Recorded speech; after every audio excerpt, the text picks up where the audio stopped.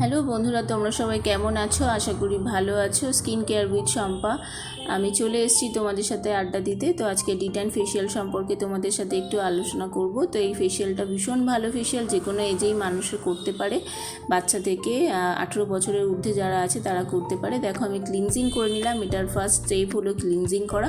ক্লিনজিংটা একটু ধরে করতে হয়, কারণ তাড়াহুড়োর মধ্যে কোনো ক্লিনজিং হয় না। তারপরে তুমি এর সাথে একটু আইস ইউজ করবে।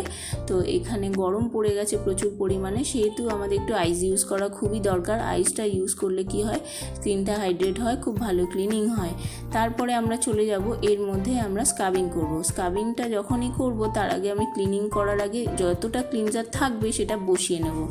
তো বসিয়ে নেওয়ার পরে ওটাকে রিমুভ করে দেবো, দিয়ে স্ক্রাবিংটা ধরবো। স্ক্রাবিংটা যখন করব তো আলতো হাতে আমরা স্ক্রাবিংটা করব। দেখো আমি স্ক্রাবটা আমি পুরো ফেসে হালকা করে লাগিয়ে নিচ্ছি। স্ক্রাবিং করার সময় কোনো তাড়াহুড়ো করা চলবে না, কারণ স্ক্রাবারের মধ্যে প্রচুর পরিমাণে দানা থাকে, সিস থাকে, যে দানাগুলো আমাদের কিন্তু স্কিনকে একটু রাফ করতে হয়। রাফ না করলে কিন্তু ডেড সেলটা ওঠে না, বা ট্যানটাও ওঠে না, যে ট্যানটা আমরা রিমুভ করতে চাই। ট্যানটা রিমুভ হয়ে গেলে কি হয়, স্কিনের যে রিয়েল গ্লোটা ওটা বাইরে বেরিয়ে আসে।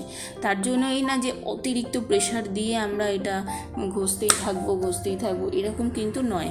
তো সেহেতু আমরা কি করব, এটা ঠিকঠাকভাবে ক্লিনিং করার জন্য আমরা আলতো হাতে একটা একটা করে আঙুল দিয়ে ভালো করে প্রত্যেকটা জায়গা হালকা হাতে রাফ করে নেওয়ার পরে আমরা একটু ওয়াটার স্প্রে করব। এর মধ্যে আমরা একটু আইস দেব।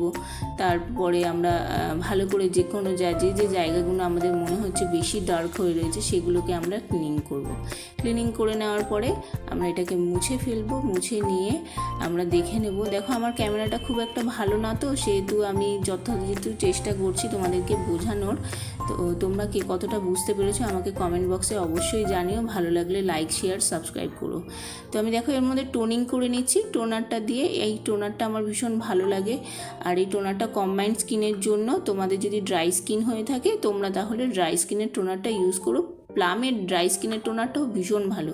আমার কাছে যারা আমি একটা স্যালনে থাকি, তো স্যালন সম্পর্কে যাবতীয় যা জানতে চাও আমাকে কমেন্টে জানাও, আমি তোমাদের প্রত্যেকটা কমেন্টের উত্তর অবশ্যই দেবো। টোনিং করে নেওয়ার পরে দেখো আমি এখানে একটা ময়শ্চারাইজ করবো, প্যাকটা লাগাবো, ডিট্যান প্যাকটা। টোনিংটা কমপ্লিট করে নেওয়ার পরে আমি ডিট্যান প্যাকটা লাগাবো। এটা হচ্ছে ডিট্যান প্যাকের রাগা ডিট্যান রয়েছে আমার কাছে, তো তোমাদেরকে এটা দেখানো হয়নি। তো নেক্সট টাইম যখন আবার আমি ডিট্যান প্যাকটা লাগাবো, তো এর মধ্যেই মানে 15 ডেজের মধ্যেই আমি করি এটা। তো আমি তখন এটা মেনশন করে দেবো, কিংবা আমার ডেসক্রিপশান বক্সেও তোমরা দেখে নিতে পারো।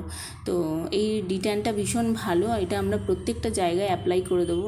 তো অ্যাপ্লাই করার পরে দেখবে 15 থেকে 20 মিনিট, যাদের অতিরিক্ত ট্যান রয়েছে তারা 20 মিনিট রাখবে, যাদের অল্প ট্যান রয়েছে তারা 15 মিনিট। মানে এজ লেভেলটাও ভ্যারি করে, স্কিন টাইপ অনুযায়ী ডিট্যানটা রাখাটা দরকার। কারণ অনেকের আছে বাচ্চা বা 20-22 বছর বয়স, তাদের স্কিন তো ভীষণ সফট হয়। তো ডিট্যানটা বেশি রাখলে ওদের স্কিনে প্রবলেম হতে পারে অনেকক্ষণ, আর অলরেডি এত ড্রাই ওয়েদার রয়েছে। তো সেহেতু তারা 15 মিনিটের বেশি রাখবে না, পুরো ফেসে অ্যাপ্লাই করে নেবে, গলাটাও পুরোপুরি দেবে। আমার এখানে আমার ফোনটা খুব একটা ভালো না বলে আমি সম্পূর্ণ ব্যাপারটাকে তোমাদের বোঝাতে পারছি না। আমার ভয়েস ওভারটাও কতটা ক্লিয়ার আসছে না আসছে সেটাও আমি ঠিক জানি না। তো চেষ্টা করছি যতটা তোমাদেরকে বোঝানোর। তোমরা কতটা কি বুঝতে পারলে না পারলে আমাকে অবশ্যই জানিও। আর এটাও বলো যে তোমাদের ভিডিও আর কি দেখার ইচ্ছা আছে। পার্লার রিলেটেড যে কোনো তোমরা কথা আমাকে বলতে পারো, জানতে পারো। তো এটা আমি 15 ডেজ রাখছি, তো মেনশান করে দিচ্ছি। দেখো হাতে এই জিনিসেরই আমার একটা শর্ট ভিডিও আছে, ওটা খুব তাড়াতাড়ি আমি করেছি। দেখো আমি ডিট্যানটা রিমুভ করার পরে ময়শ্চারাইজ করছি। তোমাদেরকে জানাই যে কোনো ডিট্যান করার পরে কিন্তু ময়শ্চারাইজটা মাস্ট।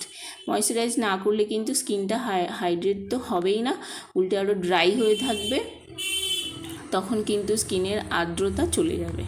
তো সেহেতু যে কোনো প্যাক লাগানোর পরে ময়শ্চারাইজ করাটা ভীষণ ভালো। আর যাদের প্রবলেমেটিক স্কিন রয়েছে তারা কিন্তু সিরাম অ্যাড করবে, তারা কোনো ময়শ্চারাইজার লাগাবে না। অয়েলি স্কিনের জন্য বিশেষ করে, অয়েলি স্কিন, কম্বাইন্ড স্কিনের জন্য ময়শ্চারাইজার অ্যাপ্লাই করবে না এই গরমে। তোমরা তখন কিন্তু সিরামটা অ্যাপ্লাই করো। ভালো লাগলে লাইক করো, শেয়ার করো, সাবস্ক্রাইব করো।